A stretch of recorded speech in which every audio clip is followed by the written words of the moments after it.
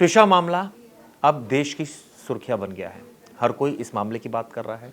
आप सोचिए, ये मामला भोपाल से शुरू हुआ था, जहां पर ट्विशा शर्मा ने खुदकुशी कर ली थी। इसके बाद संगीन आरोप लगे, दो दो बार पोस्टमार्टम हुआ, मामला सुप्रीम कोर्ट तक पहुंचा और अब इस मामले में उनकी सास की जो बेल मिली थी, यानी अग्रिम जमानत मिली थी, उसको खारिज करने के लिए याचिका दाखिल की गई है। याचिका मध्य प्रदेश हाईकोर्ट में दाखिल की गई है।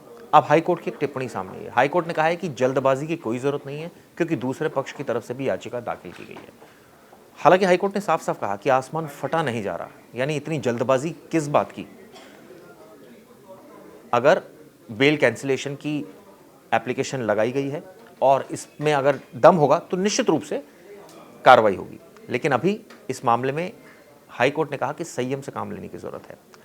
अब आपको बता दें, इस मामले में अब तक का जो अपडेट है वो क्या है। हम सबको पता है कि इस मामले में जो समर्थ है, यानी कि ट्विशा का जो पति है, वो गिरफ्तार हो चुका है, उससे पूछताछ की जा रही है।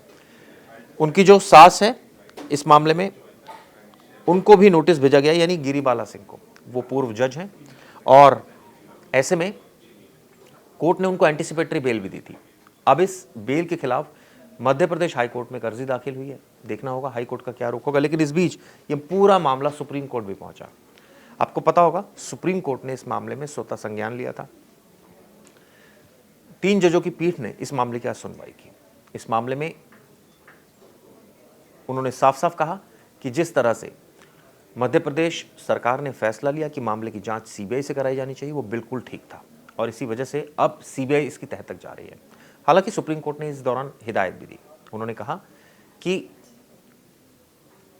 पीड़ित पक्ष और दूसरे पक्ष को मीडिया से बात नहीं करनी चाहिए और इस मामले की जांच सीबीआई को ईमानदारी से करनी चाहिए। एक एक पक्ष को सामने रखा जाना चाहिए। ऐसे में भी पता चला है कि एक टीम भोपाल भी रवाना हो गई है, यानी सीबीआई की एक टीम, और इस मामले की ऑफिशियली जांच उन्होंने अपने हाथों में ले ली है। अब आपको और इसमें जो अपडेट आ रहा है वो आपको बताता हूँ। इस मामले में सुप्रीम कोर्ट ने स्वतः संज्ञान लिया था और चीफ जस्टिस सूर्यकांत, जस्टिस जयमाला बागची और जस्टिस पंचोली की बेंच ने इस मामले की सुनवाई की।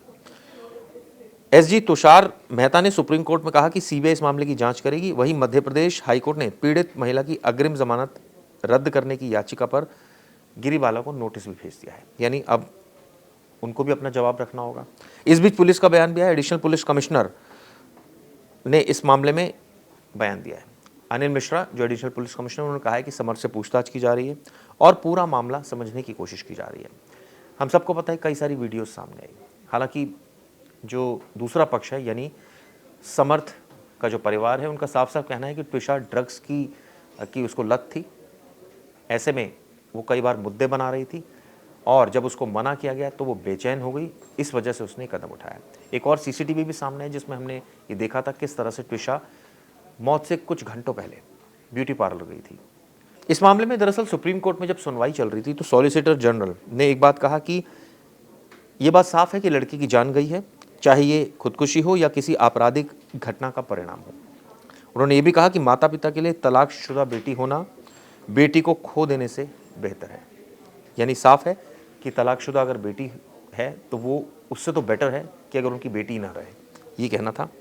अब आपको बता दें कि मध्य प्रदेश हाईकोर्ट ने इस मामले में जो उनकी सास है, यानी गिरिबाला, उनकी जो जमानत है उस पर जो बेल कैंसिलेशन की एप्लीकेशन, उस पर सुनवाई भी शुरू कर दी है और उसके बाद उनको एक नोटिस भी जारी किया गया है। यानी अभी इस मामले में कोई फैसला हाईकोर्ट का नहीं है। इस मामले में जो संबंधित पक्ष है उनका क्या कहना है, सुनिए। स्टेट की तरफ से कैंसिलेशन ऑफ बेल का जो प्रकरण लगा था, उसके साथ में एक पीड़ित पक्ष है, उन्होंने भी गिरिबाला सिंह, उनके जमानत आवेदन को खारिज करने का एक प्रकरण फाइल किया था।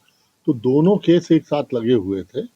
चूंकि पीड़ित पक्ष की ओर से दायर किए गए प्रकरण में नोटिस की तामीली पक्षकार को नहीं हुई थी, इसलिए माननीय उच्च न्यायालय ने दोनों ही केसेस को अब 27 तारीख को 2:30 बजे सुनवाई के लिए रखा है और पीड़ित पक्ष के वकील साहब को कहा है कि आप अपने प्रकरण के एक प्रति दूसरे पक्ष के वकीलों को सौंप दें और उनको जो भी जवाब देना है वो अगले तारीख के पहले अपना जवाब देंगे, ताकि 27 तारीख को 2:30 बजे इसमें आगामी सुनवाई हो सके।